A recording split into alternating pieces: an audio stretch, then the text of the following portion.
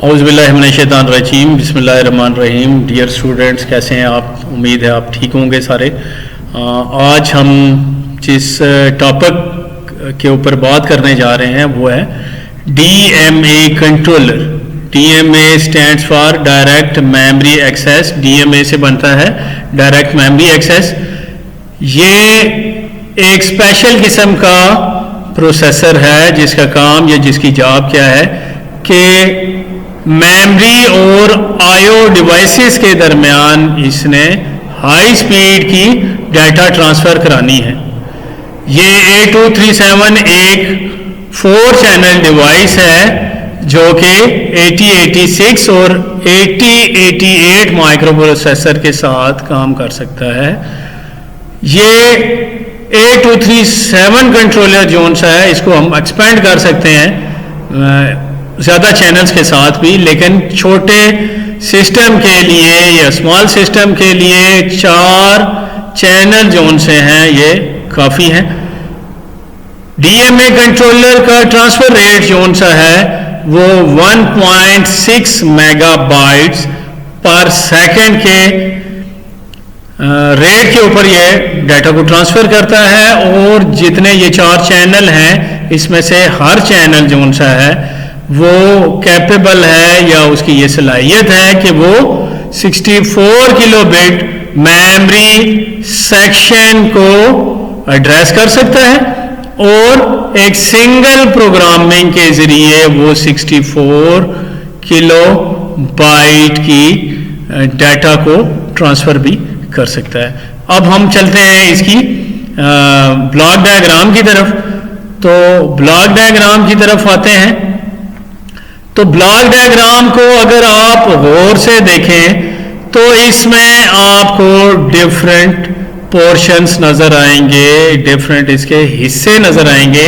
सबसे पहले हिस्से में आपको AD0 to AD15 ALE, HLDA और HOLD ये पिंस नज़र आ रही हैं। ये प्रोसेसर है, ठीक है जी। प्रोसेसर के साथ सामने आपको एड्रेस लैचेस का एक ब्लॉक नज़र आ रहा है। उसके नीचे अगर आप थोड़ा सा गौर करें तो HRQ DMA कंट्रोलर का एक ब्लॉक नज़र आएगा और उसके साथ ही फिर पेरिफेरल डिवाइसेस जो इनपुट या आउटपुट डिवाइसेस हैं वो आपको ब्लॉक नज़र आएगा। और उसके साथ अगर आप थोड़ा सा गौर करें तो उसके ऊपर मेमोरी का ब्लॉक है। ये 5 ब्लॉक्स हैं। अब DMA कंट्रोलर ने रिक्वेस्ट भेजनी है, hold request HRQ micro processor को DMA कंट्रोलर ये कहेगा कि आप जो अपना काम परफॉर्म कर रहे हैं उसको आप स्टॉप कर दें और अपना कंट्रोल जोन सा है वो मुझे ट्रांसफ़र कर दें ताकि मैं मेमोरी और आईओ के दरमियान डाटा को फास्टली ट्रांसफ़र करा सकूं। अब जब ये होल्ड सिग्नल भेजेगा तो प्रोसेसर इसके रिप्लाई में उसे होल्ड एक्नॉलेज सिग्नल भेजेगा, HLDA सिग्नल। ये आप देख रहे हैं कि ये पिन जोन सी है इधर से वो एरो DMA कंट्रोलर की तरफ है। इट मीन्स कि यहाँ से सिग्नल जोन सा है माइक्रो प्रोसेसर से वो DMA कंट्रोलर की तरफ जा रहा है। अब इसमें AD0 to AD15 ये एड्रेस और डाटा की मल्टीप्लेक्स पिन्स हैं। अब एड्रेस को अलग करना है, डाटा को अलग करना है, तो ये हम एड्रेस लैचेस की मदद से करेंगे और उसके लिए हमें ALE पिन को इनेबल करना पड़ेगा। जब ये पिन इनेबल होगी, ALE इनेबल होगी तो एड्रेस लैचेस में एड्रेस सारा स्टोर हो जाएगा और उस एड्रेस के ज़रिए, उस 20 बिट के एड्रेस के ज़रिए हम किसी भी मेमोरी लोकेशन को जहां से डाटा को रीड करना है या जहां पे डाटा को राइट करना है वो लोकेशन मेमोरी की हम सिलेक्ट कर सकते हैं थ्रू 20 बिट एड्रेस। ठीक है जी, 20 बिट का एड्रेस कौन सा है ये इसके लिए यूटिलाइज होगा। दूसरे काम के लिए ये पेरिफेरल डिवाइसेस को सिलेक्ट करने के लिए कि ये डिफरेंट पोर्ट्स, डिफरेंट ये जो लाइंस हैं उनके साथ ये डिवाइसेस केबल के साथ कनेक्ट होती है और हर एक का डिफरेंट पोर्ट नंबर होता है।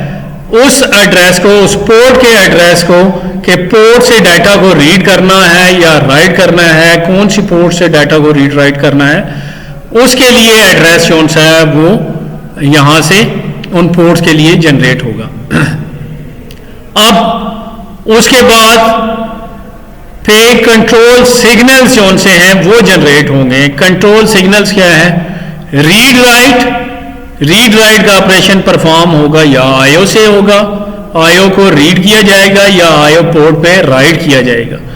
इसी तरह दूसरा काम क्या होगा कि मेमोरी रीड होगी या मेमोरी को राइट किया जाएगा कि मेमोरी में से डाटा को निकालना है तो वो रीड ऑपरेशन होगा। मेमोरी में डाटा को राइट करना है या सेव करना है तो उसको हम क्या कहेंगे? ये डाटा राइट ऑपरेशन परफॉर्म हुआ है। तो डाटा को रीड एंड राइट करने के लिए मेमोरी से या आईओ से ये कंट्रोल सिग्नल्स कंट्रोल बस के जरिए मेमोरी लोकेशन पे या आईओ पोर्ट नंबर पे ऊपर ये सेंड किए जाएंगे। IO read, IO right, memory read and memory write. और फाइनल काम जो सा है वो है डाटा। ये सिग्नल्स भी चले गए, एड्रेस भी चला गया, एड्रेस से पोर्ट नंबर सेलेक्ट हो गया या मेमोरी लोकेशन सेलेक्ट होगी और कंट्रोल सिग्नल्स के जरिए कंट्रोल बस के थ्रू ये ट्रेवल करते हुए ये पता चल गया कि आईओ को रीड करना है या राइट करना है, मेमोरी को रीड करना है या राइट करना है। अब फाइनल स्टेज के ऊपर डाटा जो सा है ये बाई डायरेक्शनल बस होती है, डाटा बस जो डाटा को रीड करने के लिए या राइट कराने के लिए यूटिलाइज होती है। तो इस काम के लिए डाटा बस को फाइनल तौर पे यूटिलाइज किया जाएगा। अब हम आते हैं इसकी पिन डायग्राम के ऊपर A237 की। तो यहां से अगर आप देखें तो आईओ रीड की पिन है सबसे पहले, आईओ को रीड करने के लिए, फिर आईओ को राइट करने के लिए आईओ राइट की पिन है। उसके बाद मेमोरी रीड और मेमोरी राइट की पिन है कि मेमोरी से डाटा को रीड करना है या राइट करना है। उसके बाद एड्रेस लैच इनेबल के लिए ALE की पिन है, फिर रेडी की पिन है, फिर होल्ड एक्नॉलेज की पिन है। उसके बाद अगर आप देखें तो DSTP की पिन है और फिर AEN की पिन है, HRQ की पिन है, CS की पिन है, क्लॉक की पिन है, रीसेट की पिन है, DAC के 2, DAC के 3 और DREQ 0 से लेके DREQ 3 की पिन है। फिर ग्राउंड की पिन है, DAC के 7, 6, 5, 1, 0 ये पिन्स हैं। और उसके अलावा DB0, DB1, DB2, DB3, DB4 ये पिन्स हैं। और फिर वोल्टेज की पिन है VCC की। और इसी तरह अगर आप ऊपर जाएं तो एड्रेस की पिन्स हैं A0, A1, A2, A3, A4, A5, A6, A7 और इसमें EOP एंड ऑफ प्रोसेस की भी पिन है। अभी हम इन तमाम पिन्स को ज़रा डीपली जाके डिस्कस करते हैं कि ये किस लिए यूटिलाइज्ड होती है।